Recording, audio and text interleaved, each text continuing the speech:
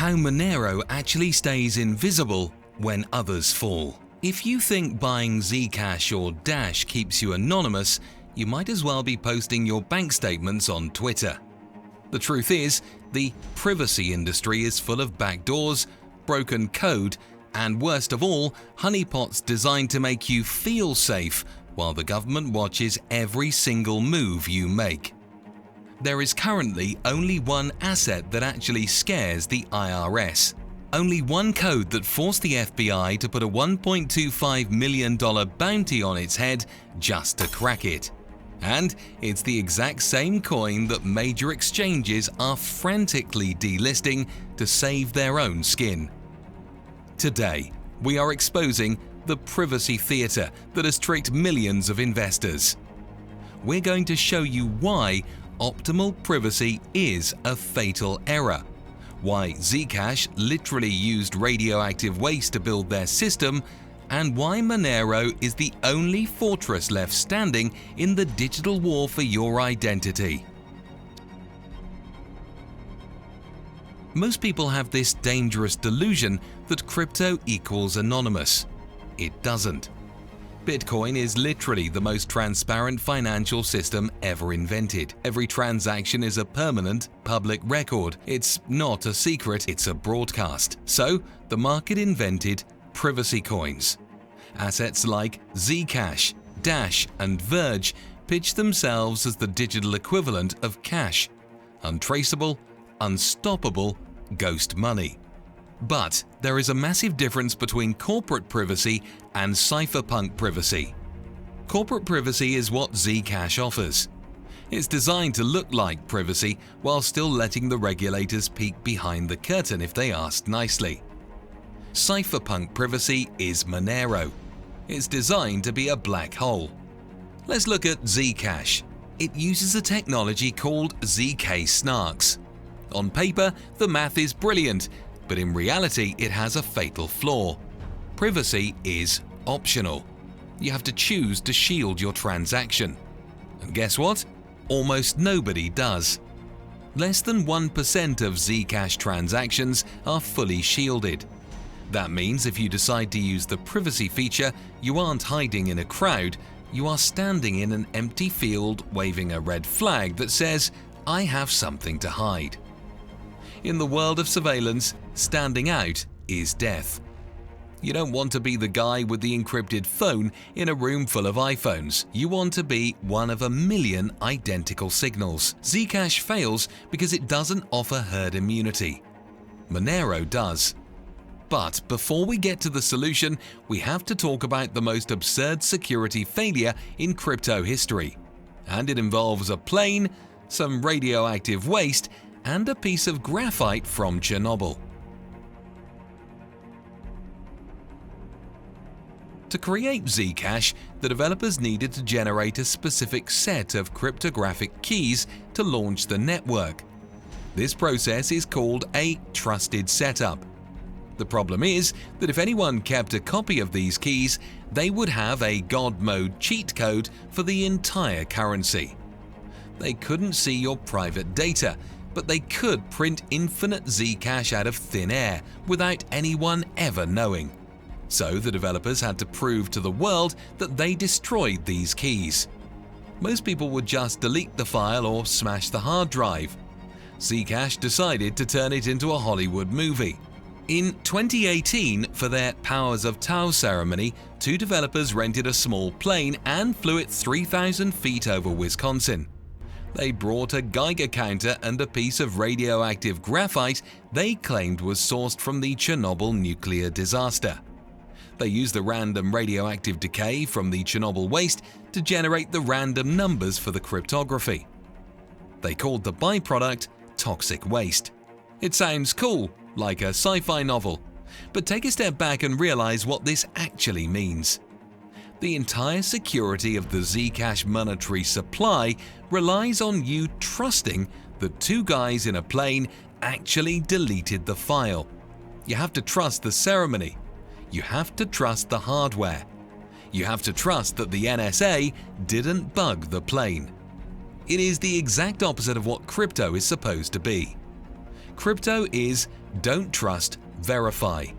ZCash is, trust us, we used radioactive waste. Monero, on the other hand, thinks trust is a vulnerability. Monero has no trusted setup, no ceremonies, and no God keys. It relies on pure cold math that anyone can verify at any time. And that math is built on 3 pillars that make Monero a digital black box.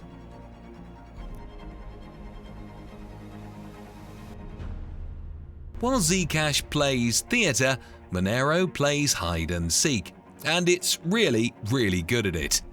It achieves this through a triple-layer defense system that makes every transaction look like a hallucination to an outside observer. The first layer is ring signatures.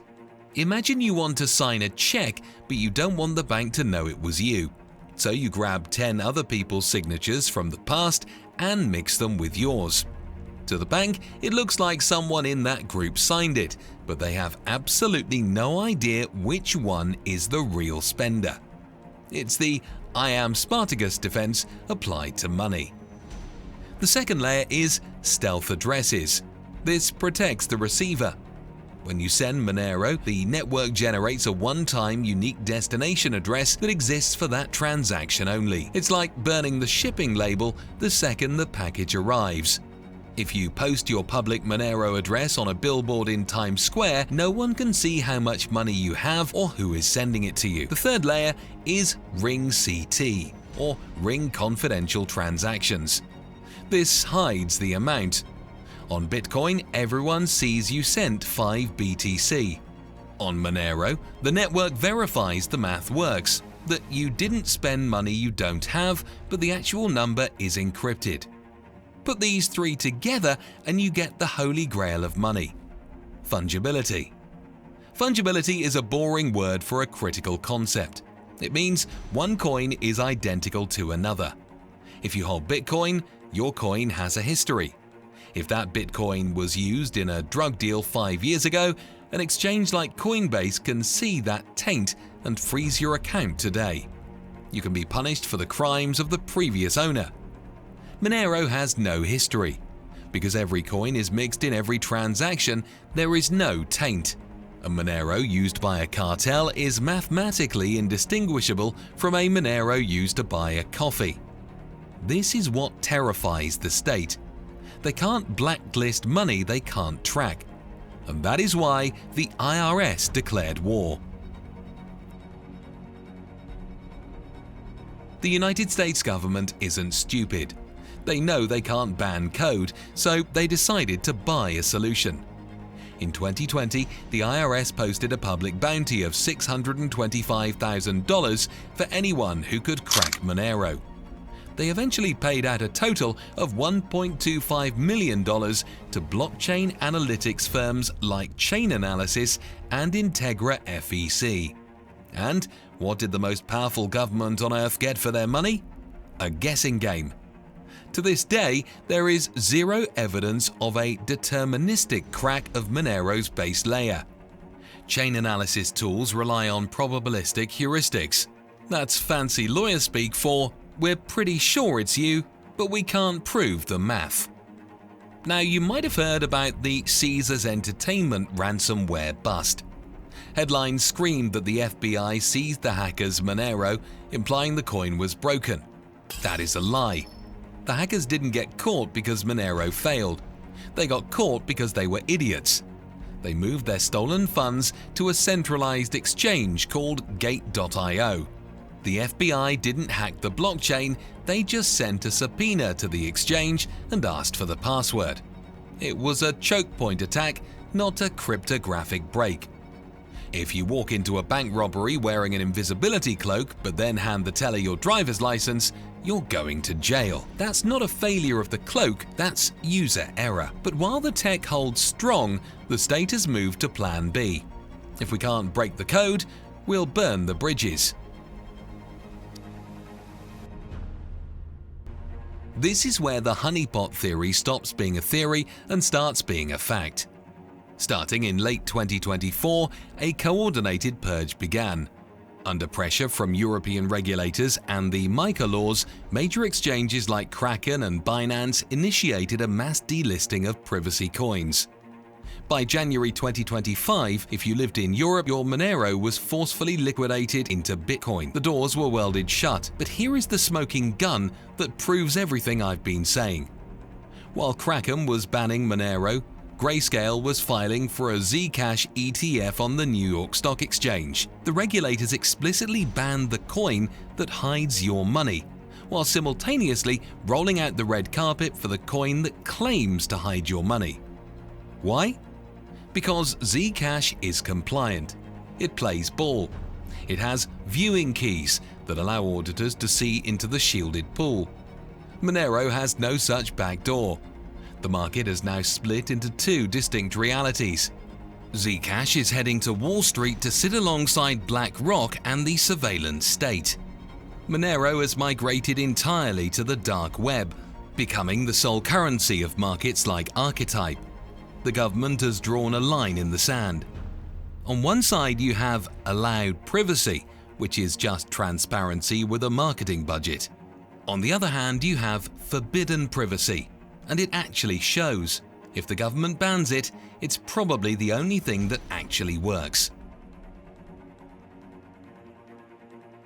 This isn't just about code or market caps, it's about your actual freedom. The biggest lie in crypto is that you can mix your way to safety on a transparent ledger. Just ask Ilya Lichtenstein and Heather Morgan, the infamous Razzle Khan.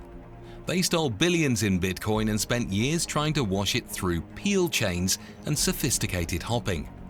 They thought they were smarter than the feds, but they forgot one thing: the blockchain is forever. The ledger never forgets. 5 years later, when the tracing tech improved, the FBI looked back at that permanent record and knocked on their door. Transparent ledgers like Bitcoin and unshielded Zcash are essentially delayed arrest warrants waiting for the software to catch up. But the casualties aren't just criminals. They are innocent people like you. In 2025, we saw a massive spike in banks freezing accounts of regular users who simply interacted with tainted crypto. If you receive Bitcoin that was once used for gambling 3 hops ago, your life savings can be frozen by an algorithm. You are guilty by association. This is the pre-crime reality we live in. Privacy isn't about hiding a crime, it's about protecting yourself from a system that assumes you are a criminal by default. Monero fixes this because it breaks the chain of custody.